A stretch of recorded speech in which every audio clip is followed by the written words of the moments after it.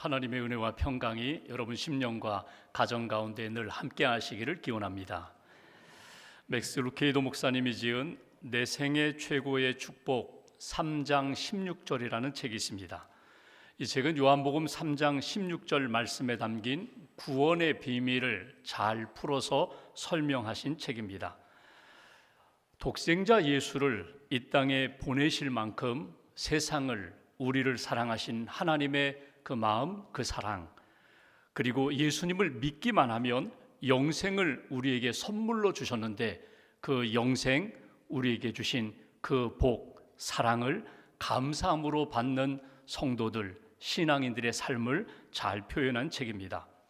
그 책에서 맥스 루케이도 목사님의 일화가 소개되어 있습니다. 목사님이 아내와 세 딸과 함께 브라질의 리우데자네이루라는 도시에서 오랫동안 사셨습니다. 목사님이 사셨던 지역은 북쪽 지역이고 임신한 사모님이 다녔던 병원은 남쪽 지역에 있습니다. 그래서 사모님이 병원 진료가 있을 때마다 이제 남쪽에 있는 병원을 찾아가는데 계속 헤매는 것입니다. 한 번도 바르게 찾아간 적이 없습니다. 이 길이 그 길 같고 그 길이 이 길 같고 계속 헛갈려서 계속 방황하는 그런 일들을 반복하게 됩니다. 그 도시가 300년 된 오래된 도시입니다. 그래서 도로가 굉장히 복잡합니다. 당시는 내비게이션이 없던 시절이기 때문에 방향을 잘 보고 길을 찾아가야 되는데 계속 반복돼서 실수하게 됐다는 것입니다. 그러던 어느 날 마침내 구세주가 나타났습니다. 바로 예수님이 나타나셨던 것입니다. 말 그대로 구원의 주가 되시는 예수님, 그리스도의 동상을 보게 된 것입니다. 그 동상은 그 도시에서 높은 언덕 위에 있는 해발 700m 산 위에 세워진 거대한 예수님의 동상이었습니다. 높이가 38m, 그리고 예수님의 양팔 길이가 30m, 그리고 얼굴만도 3m가 넘는 거대한 예수상이 그 도시 중심에 서 있습니다. 그래서 도시 어느 길이든지 어느 골목이든지 눈을 들면 볼 수 있는 예수님의 거대한 동상입니다. 그때부터 루케이도 목사님은 길을 잃으면 항상 그 예수님의 상을 바라보게 됩니다.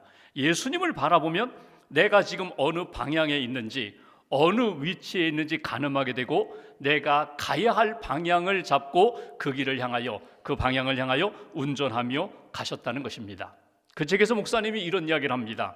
예수님의 얼굴을 찾으면 내가 어느 곳에 있는지를 알게 되고 그 방향으로 갈 수 있습니다.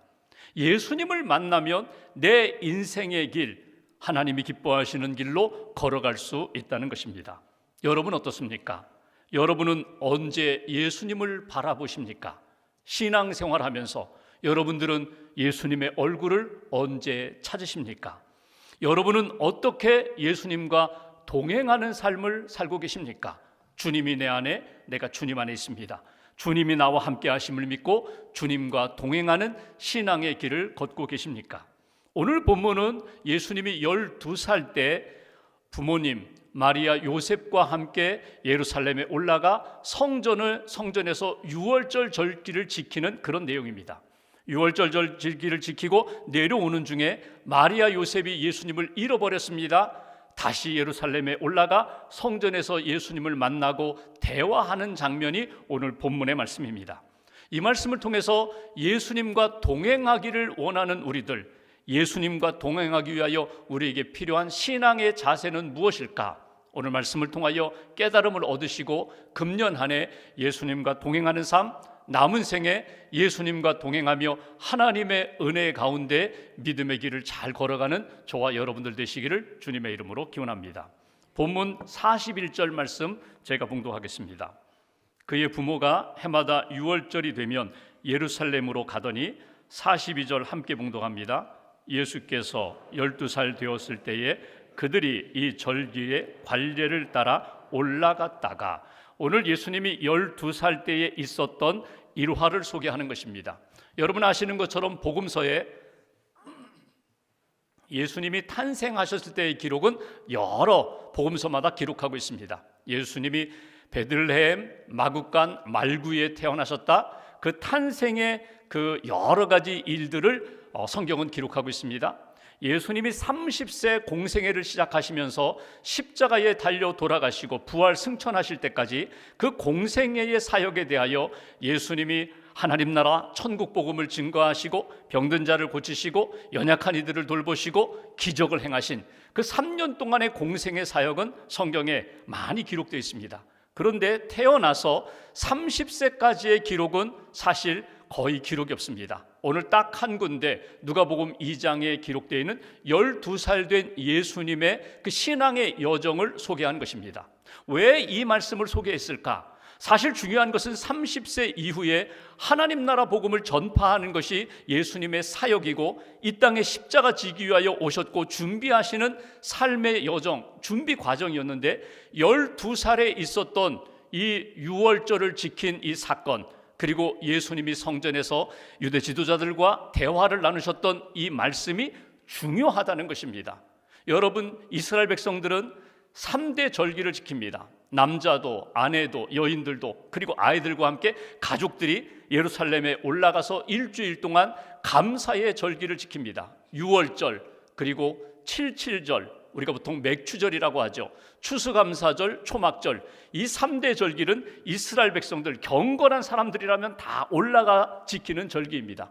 근데 오늘 본문에 보면은 유월절 절기를 지키기 위하여 예수님과 부모가 함께 예루살렘으로 올라갔다는 것입니다. 관례에 따라 절기의 신앙을 철저히 지켰다는 것은 무엇입니까? 하나님의 은혜에 늘 감사하는 삶을 살았다는 것. 절기를 지켰다는 것은 하나님 앞에 늘 예배하는 삶을 살았다는 것. 하나님이 우리의 구원주가 되시고 우리 백성의 목자가 되심을 고백하는 신앙으로 요셉과 마리아가 살았고, 그 신앙의 그 교훈을 자녀 이 예수님이 잘 본받고 성장했다는 것을 보여주는 내용입니다. 특별히 오늘 주목할 것은 유월절을 지키기 위하여 예루살렘에 올라갔다. 여러분, 유월절이 어떤 날입니까? 이스라엘 백성들이 애굽에서 구원받은 날입니다. 어떻게 구원을 받았습니까? 바로가 풀어주지 않아요. 모세가 이스라엘 백성 하나님이 풀어주라고 하는데 풀어주지 않아요. 10가지 재앙이 내립니다. 그 10번째 재앙이 무엇입니까?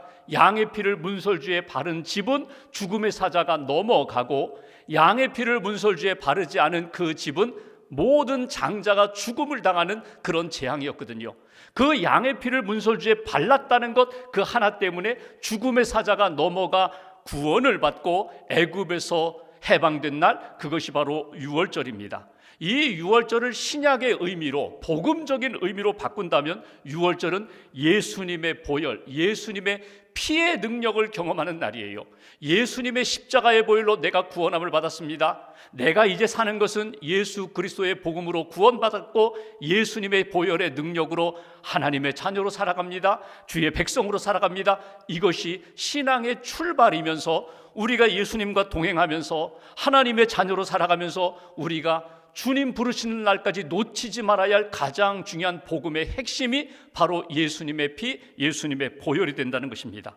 예수님과 동행하기 위하여 오늘 우리가 꼭 붙잡아야 할 것이, 예수님이 부모와 함께 예루살렘 성전에 올라가 유월절 절기를 지키시면서 예수님이 우리에게 보여주신 그 예배자의 삶, 그리고 하나님 앞에 구원받은 은혜의 감격, 그리고 십자가의 보혈이 우리 안에 살아있을 때 주님과 동행하는 삶, 하나님이 기뻐하시는 믿음의 여정이 된다는 것. 첫 번째, 오늘 예수님과 동행하기 위하여 우리가 가져야 할 신앙의 자세가 있다면 우리도 예수님의 십자가 보혈 붙잡고 하나님 앞에 예배하는 삶을 살겠습니다. 예수님을 따라가겠습니다. 예수님이 기뻐하시는 주님과 동행하는 인생이 되겠습니다. 다시 한번 확인하고 다짐하는 저와 여러분들 되시기를 주님의 이름으로 기원합니다. 예수님을 따라간다는 것이 무엇입니까? 십자가를 바라보고 십자가 보혈의 은총을 붙잡고 믿음으로 고백하며 내가 십자가의 보혈로 구원함을 받았습니다. 나는 이제 죄에서 자유함을 얻었습니다. 하나님의 자녀로 살아갑니다. 이 믿음으로 예배하고 믿음으로 하나님 앞에 감사하고 믿음으로 하나님을 찬양하는 것이 예수님과 동행하는 믿음의 인생입니다. 다시 유월절을 생각해 볼까요? 이스라엘 백성들이 애굽에서 430년 종살이를 했어요. 그러니까 여러분, 40년이 아니라 400년입니다. 몇 세대가 지났는지 몰라요. 그러니까 애굽에서 사는 사람들을 보면은 혈통으로 보면은 우리는 유대인이야, 아브라함의 자손이야 이렇게 말할지 모르지만 우리는 하나님의 선택받은 백성이야, 하나님을 믿는 백성이야, 이런 신앙의 고백은 있었을지 모르지만 사실 문화로 보면은 이집트의 문화에 이미 동화된 사람들입니다. 풍속이 그리고 문화가 그들의 습성이 거의 같이 된 그런 상황이에요. 죄로 따진다면 이스라엘 사람들이나 이집트 사람들이나 죄를 짓는 것들이 거의 비슷한 상황이에요. 근데 결정적인 구원의 사건은 언제 나타나게 됩니까? 양의 피를 문설주에 바른 집과 양의 피를 문설주에 바르지 않은 집의 구원의 역사가 나누어지는 것을 보게 돼요. 여러분, 모세를 통하여 하나님이 말씀을 주셨습니다. 오늘 밤 죽음의 사자가 이집트에 있는 모든 집에 다 지나갈 것이다. 그런데 믿음으로 양을 잡아 양의 피를 문설주에 바른 집은 죽음의 사자가 넘어갈 것이다. 패스오버. 그래서 유월절이거든요. 여기에서 구원의 역사가 나타나게 된다는 거예요. 여러분, 우리가 신앙생활하면서 신앙의 출발이 어디에서 나타날까요? 교회를 오래 다닌다고, 성경을 많이 읽는다고? 그렇지 않습니다. 신앙의 출발은 예수님의 십자가의 복음을 믿는 순간부터 내가 구원받고 하나님의 자녀로 살게 되는 거예요. 예수님이 나를 대신하여 십자가에 달려 돌아가시고 나는 십자가의 보혈의 은총으로 죄 씻음 받고 구원받았습니다. 이 믿음의 고백이 있으면서 예수님이 나의 구세주이심을 고백하면서 내가 구원받고 구원의 확신을 가지고 살아가는 거예요. 양의 피를 문설주에 바른 집은 구원함을 받았다. 우리가 십자가를 바라볼 때마다 나는 십자가의 보혈로 구원함 받았습니다. 예배 드릴 때마다 십자가를 바라보면서 나를 구원하신 예수님, 나를 사랑하신 예수님의 은혜로 내가 여기까지 왔습니다 고백하며 감사하는 믿음의 인생, 이것이 예수님을 따라가는 인생, 예수님과 동행하는 믿음의 인생이 된다는 것입니다. 유월절을 지키면서 하나님의 구원에 감사했던 것처럼 예배드릴 드릴 때마다 십자가를 바라보면서 주님의 은혜로 내가 살아갑니다. 십자가의 보혈 은총으로 오늘도 예배합니다. 주님 함께해 주옵소서, 동행해 주옵소서, 주님 따라가겠습니다. 이 믿음의 고백으로 주님과 동행하는 저와 여러분들 되시기를 주님의 이름으로 기원합니다. 두 번째로 43절 이하를 보실까요? 제가 43절 그 날들을 마치고 유월절 절기를 지켰습니다. 7일 동안 예루살렘 성전에 있던 그들이 각자 고향으로 돌아갑니다. 한참 돌아가는데 그 부모는 나사렛으로 돌아가는데 예수는 예루살렘에 그대로 머무셨다는 것입니다. 44절 동행 중에 있는 줄로 생각하고 마리아와 요셉이 착각한 것입니다. 당연히 내려오겠지. 당연히 고향 집이 있는 나사렛으로 지금 내려오고 있을 거야. 그렇게 생각하고 가는데 하루길이 지나서 예수님이 함께하고 있지 않다는 것을 발견하게 됩니다. 여러분, 북쪽 나사렛과 남쪽 예루살렘은 150km 정도의 거리입니다. 그러니까 3, 4일을 꼬박 걸어야 가는 거리입니다. 하루길을 내려왔어요. 고향 집으로 내려오다가 보니까 예수님이 없어진 것을 발견하게 됩니다. 그래서 마리아와 요셉이 어떻게 했다고요? 45절에 보시면 예수님을 찾기 위하여 예루살렘으로 다시금 돌아갔다. 방향을 바꿨어요. 지금 내려가던 길에서 돌아서서 다시금 예루살렘으로 돌아갔다는 것입니다. 46절에 사흘 후에 성전에서 예수님을 만났다. 이 말씀을 주목해 보십시오. 돌이켰다, 방향을 전환했다, 그리고 예수님이 계신 곳 그 성전에 가서 예수님을 만나게 되었다는 것입니다. 48절에 보시면 마리아 요셉이 예수님을 보고 깜짝 놀라서 마리아가 예수님께 질문을 합니다. 아이야, 어찌하여 우리에게 이렇게 하였느냐? 우리가 근심하여 너를 찾았노라. 그때 예수님이 마리아에게, 요셉에게 하셨던 말씀 49절 함께 봉독합니다. 예수께서 이르시되 어찌하여 나를 찾으셨나이까? 내가 내 아버지 집에 있어야 될 줄을 알지 못하셨나이까 하시니. 여기 보시면 예수님이 자기 정체성을 드러내세요. 어머니, 제가 누구입니까? 제가 하나님의 아들입니다. 어머니, 성령으로 잉태하셨잖아요. 아버지 요셉, 어머니가 성령으로 잉태하여 나를 이 땅에 태어나게 하신 것 아시잖아요. 자기의 정체성을 드러내세요. 내가 하나님의 아들이요, 나의 아버지는 하나님이십니다. 내가 내 아버지 집에 성전에 있어야 할 줄을 왜 알지 못하셨습니까? 여러분, 이 얘기는 뭐예요?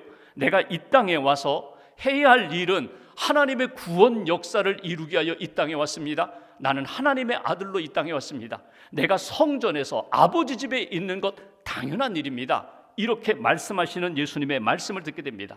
여기서 한 가지 우리가 이런 생각을 하게 됩니다. 그렇다면 마리아와 요셉이 왜 예수님을 잃어버렸을까? 예수님을 잃어버린 이유가 무엇일까? 여러 가지 우리가 추측해 볼 수 있지만 먼저는 분주함 때문에.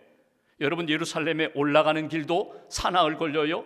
예루살렘의 당시에 유월절 절기가 되면 유대인의 가장 큰 절기인데 보통 그 작은 도시에 200만 명, 많으면 300만 명이 유월절을 지키기 위하여 흩어졌던 백성들이 모였다고 해요.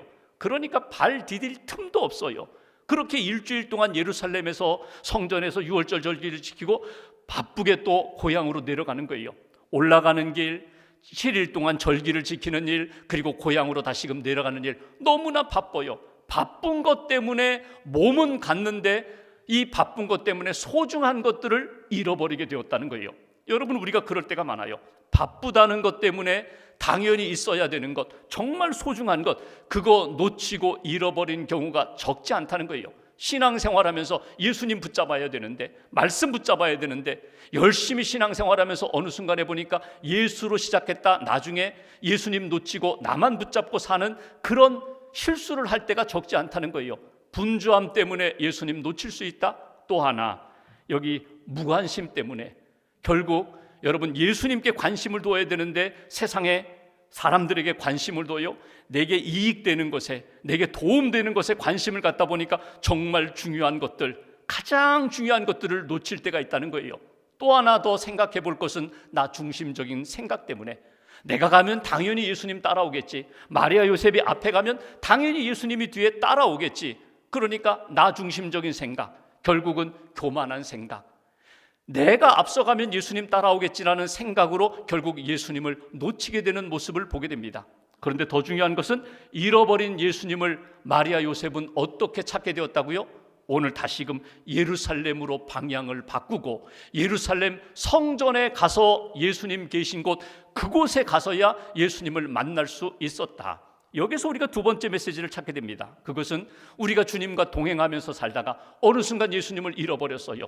가장 소중한 믿음을 잃어버렸어요. 그때 우리가 다시금 회복될 수 있는 길은 무엇일까? 예수님 계신 그곳으로 돌아와야 한다는 거예요. 예수님 계신 곳으로 돌아와 예수님을 만날 때에 다시금 예수님의 은혜 가운데 예수님과 동행하는 삶을 살게 될 것이다. 여러분, 길을 잃고 방황했을 때 방향 전환이 왜 중요합니까? 방향 전환은 다른 말로 표현하면 회개하는 거예요. 하나님, 내가 잘못된 길을 걸어갔습니다. 하나님을 떠났습니다. 하나님을 등졌습니다. 이제 제가 방향을 바꿔 예수님께로 가겠습니다. 하나님께로 가겠습니다. 이게 회개예요. 그리고 주님께 돌아와 주님 계신 곳을 찾아 예루살렘 성전에서 만났던 마리아 요셉처럼 우리도 예수님 잃어버렸을 때 다시금 돌아와야 된다는 거예요. 어디로? 주님 계신 곳으로. 여러분, 보통 예수님과 동행하면 하나님의 임재감 가운데, 예수님의 임재하심 가운데 성령의 은혜를 받아요. 예수님과 동행하면 우리 안에 성령님이 도와주시는 역사를 우리가 계속 도움을 받습니다. 보혜사 성령님의 은혜와 은사와 능력, 평안과 기쁨, 감당할 수 있는 능력을 성령을 통하여 공급받아요. 그런데 예수님과 떨어지면, 예수님을 잃어버리면 성령의 역사가 나타나지 않아요. 성령의 은혜도 사라지게 돼요. 그래서 우리의 삶이 방황할 수밖에 없다는 거예요. 주님께 돌아오는 삶, 주님을 만나는 삶, 주님을 만나 다시금 주의 은혜 가운데 주와 동행하는 믿음의 삶을 살아야 한다는 것. 여러분, 혹이라도 지금 예배드리는 여러분 가운데 혹이라도 예수님을 잃어버린 분이 있다면 첫사랑을 다시금 회복하세요. 주님 계신 곳으로 돌아오세요. 주님 계신 곳이 어디입니까? 여러분, 교회입니다. 교회는 예배당 건물이 아니에요. 교회는 예수 그리스도가 머리가 되시는 믿음의 공동체입니다. 예수님이 계십니다. 말씀이 있습니다. 성령의 역사가 있습니다. 예수님이 계시고 말씀이 있고 성령이 있는 그곳으로 돌아올 때만이 예수님을 만나고 다시 예수님과 동행하는 믿음의 인생을 살아갈 수 있다는 거예요. 초대교회 교부였던 아우구스티누스가 구원의 길을 찾는다고 이 종교 저 종교 다 다녀봤어요. 어머니 모니카는 아들을 위하여 계속 기도하는데 아들은 방탕하게 방황하면서 그렇게 살았어요. 그러다가 마침내 성경 말씀을 통해서 교회에서 예수님을 만나게 됩니다. 그렇게 예수님을 만난 다음에 그가 자신 있게 하는 이야기가 있어요. 교회 밖에는 구원이 없습니다. 교회 밖에는 구원이 없다는 얘기가 뭐예요? 예수님 밖에서는 구원이 없습니다. 예수님의 은혜, 예수님의 말씀, 예수님의 영, 성령님이 계신 곳 외에는 구원의 역사가 없습니다. 교회가 예수님을 만날 수 있는 곳입니다. 그의 고백록을 보면 그는 이렇게 얘기합니다. 내가 이제야 엄마 품에 안긴 것 같은 평안을 누립니다. 예수 안에 있을 때, 예수님과 함께 할 때에, 예수님과 동행할 때 진정한 평안을 누리게 된다. 오늘 말씀을 통하여 예수님 만나야 합니다. 예수님과 동행해야 합니다. 잃어버리면 예수님을 찾아야 합니다. 회복되어야 합니다. 그때에만이 하나님이 기뻐하시는 풍성한 생명의 삶을 살아갈 수 있다. 마지막 한 가지를 더 보면 51절 말씀 보실까요? 예수님이 마리아 요셉과 함께 고향으로 내려가셨습니다. 51절, 예수께서 함께 내려가사 나사렛에 이르러 순종하여 받드시더라. 그 어머니는 이 모든 말을 마음에 두니라. 예수님이 고향에 내려가셔서 지금 12살입니다. 예수님이 이렇게 성전에서 말씀하셨잖아요. 내 아버지는 하나님이십니다. 나는 하나님의 아들입니다. 내 집은 성전입니다. 그런데 고향으로 내려오신 다음에도 여전히 아버지 어머니, 육신의 어머니 마리아, 육신의 아버지 요셉에 대하여 내 아버지 어머니가 아니십니다. 나는 이제 하나님의 아들입니다. 나는 구세주입니다. 나는 이제 내 뜻대로 살겠습니다. 하나님 뜻대로 살겠습니다. 이렇게 말하지 않고 하나님의 뜻이 무엇인지를 깨닫고 하나님이 하나님의 구원의 때 30세에 이르기까지 어머니 마리아, 아버지 요셉에게 순종하여 받들었다는 것입니다. 이게 하나님의 뜻이다. 하나님이 내게 주신 마음을 붙잡고 내가 하나님께 순종하듯 내가 내게 주신 사람들 존중히 여기면서 사랑하며 하나님이 주신 마음과 뜻을 따라 그대로 순종했다. 이것이 예수님의 순종하는 모습이었다는 거예요. 더 중요한 것 52절 말씀 보실까요? 예수님의 유년기, 청소년기의 삶의 모습 52절 같이 봉독합니다. 예수는 지혜와 키가 자라가며 하나님과 사람에게 더욱 사랑스러워 가시더라. 아멘. 너무나 좋아하는 말씀이에요. 우리 자녀들이 이렇게 살았으면 좋겠다. 예수님은 지혜가 자라고 키가 자라고 하나님과 사람들에게 사랑스러워 가시더라. 지혜가 자랐다는 것 지성도 됩니다. 그리고 영성도 됩니다. 하나님이 주신 지혜가 점점 풍성해졌다는 거예요. 키가 자랐다, 몸이 건강해졌다는 거예요. 몸이 잘 성장했다는 거예요. 하나님에게 사랑을 받고 하나님을 사랑했다는 것 영성입니다. 하나님과의 관계 속에서 문제가 없었다는 거예요. 사람들과의 관계 속에서 사랑받고 사랑하는 관계, 사회성이 좋다는 거예요. 베풀 줄 안다는 거예요. 받을 줄도 안다는 거예요. 이렇게 예수님의 12살 때의 모습은 이렇게 키가 자라고 지혜가 자라고 하나님과 사람들에게 사랑받는 모습으로, 오늘 우리가 꿈꾸는 모습으로 그렇게 성장하셨다. 그런데 예수님이 태어나셨을 때의 모습은 어떠했을까? 2장 40절 말씀을 보실까요? 2장 40절 이렇게 표현합니다. 아기가 자라며 예수님이 태어났을 때의 그 모습, 예수님이 이렇게 성장하셨다. 강하여지고 지혜가 충만하며 하나님의 은혜가 그의 위에 있더라.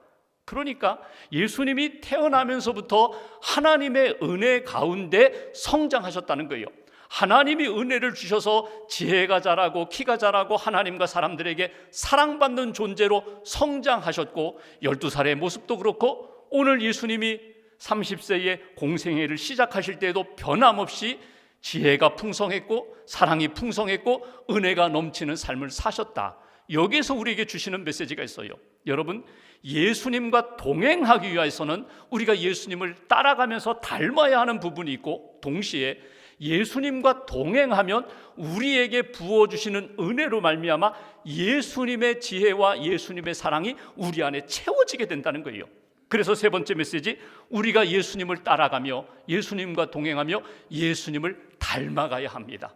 예수님을 닮아가는 가운데 꼭 필요한 것 두 가지 놓치지 마세요. 하나는 예수님의 지혜, 또 하나는 예수님의 사랑을 닮아가게 해주세요. 예수님의 지혜는 어떤 지혜예요? 47절에 있는 것처럼 성전에서 유대 종교 지도자들과 대화하면서도요, 하나님의 지혜로 말씀하셨어요. 모두가 깜짝 놀랐어요. 대답을 못할 정도였어요. 이 지혜는 세상의 지혜가 아닙니다. 하늘의 지혜예요. 생명의 지혜예요.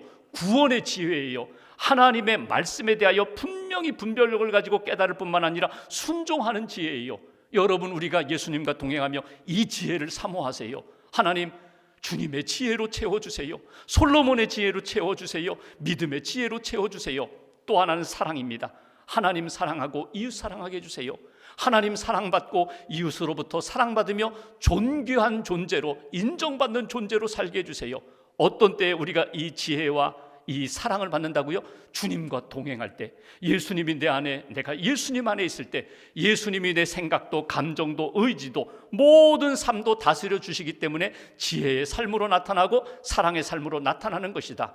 오늘 예수님과 동행하는 삶의 비결이고, 예수님과 동행할 때 우리에게 주시는 하나님의 놀라운 은총입니다.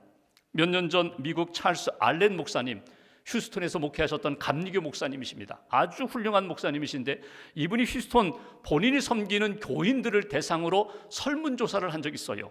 그 주제는 신앙생활에 대하여 당신들은 어떤 삶을 살고 있습니까? 이런 질문에 대하여 답을 쓴 거예요. 통계 내보았더니 이렇게 통계가 나왔습니다. 교인들 중에 20%는 거의 주일 예배 출석하지 않는다. 그러니까 5명 중에 1명은 주일 예배 오지 않는다는 거예요. 25%는 거의 기도를 하지 않는다. 35% 가정에서 성경을 읽어본 적이 없다. 40% 교회에서 일정한 약속 헌금을 결정하고 드려본 적이 없다. 60% 기독교에 관한 신앙서적 읽어본 적도 없다. 75% 교회에서 어떠한 책임을 지지 않으려고 한다. 85% 믿지 않는 사람들에게 예수 믿으시라고, 교회 다니시라고 이렇게 전도해 본 일이 없다. 그런데 놀라운 것은 100% 교인들이 천국 가기를 모두 희망하고 있다. 이게 통계예요.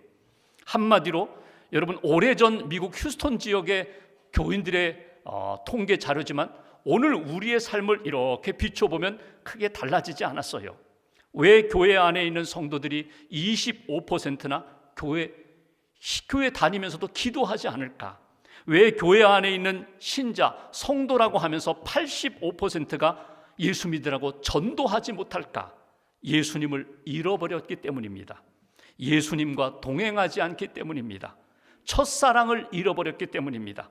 예수님을 진정으로 만나지 못했기 때문에 기도하지 않고 전도하지 않고 하나님 앞에 헌신하지 못하고 있다는 것입니다. 그렇다면 다시금 원점으로 돌아와서 내가 하나님의 은혜를 받았습니다. 십자가의 복음을 받았습니다. 십자가 보혈로 구원함을 받았다면, 예수님을 만났다면 이제는 예수님과 동행하는 삶을 사셔야 합니다.